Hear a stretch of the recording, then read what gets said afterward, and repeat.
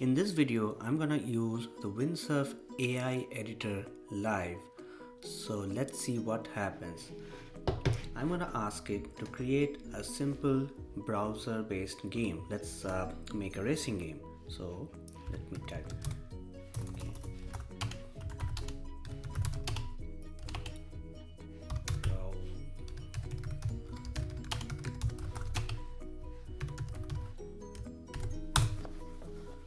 And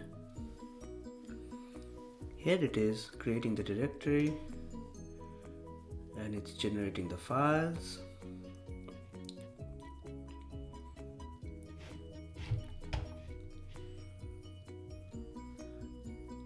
The logic is there.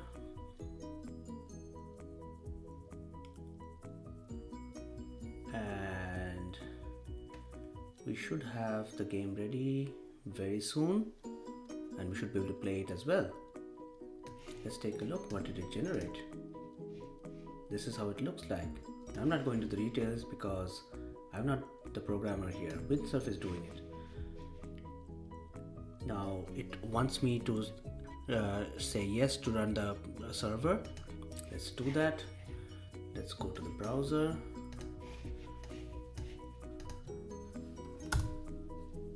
Here you go. There's a racing game.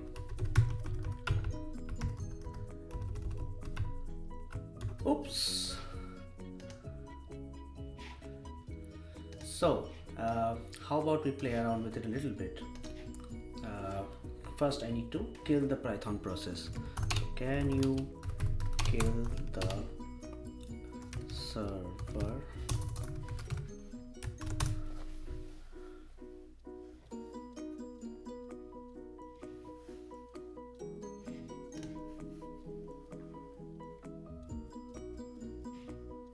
Alright, now how about we change the game a little? So I'm gonna ask it to see if it can do a 3D game. This was a 2D game if you have noticed.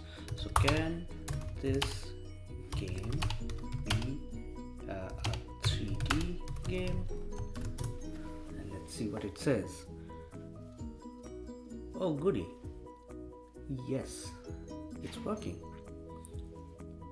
So it's generating the new index.html, generating the new JavaScript.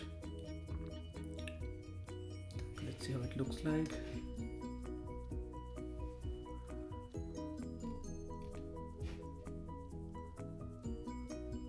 Okay, I don't understand what it's trying to do, and I don't need to, because as I said, I'm not the programmer here.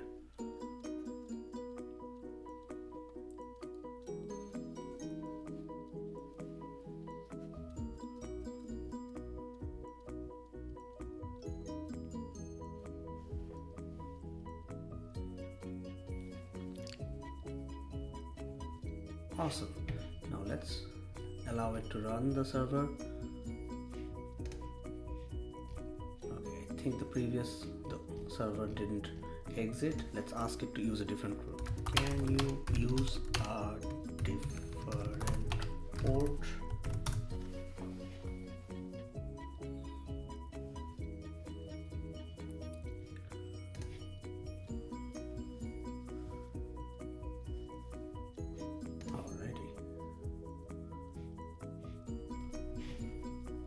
Now let's see what happens. Here's my browser. If I refresh it, oh, this is the wrong port. I need to go to 8080. This is the 3D game.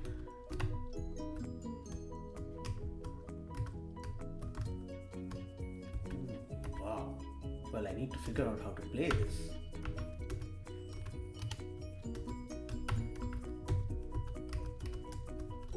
But anyways, I'm pretty impressed. I couldn't have written this in a few minutes with my knowledge of JavaScript and HTML. So thanks to Windsurf, I was able to generate the basics of a 2D racing game and the basics of a 3D racing game.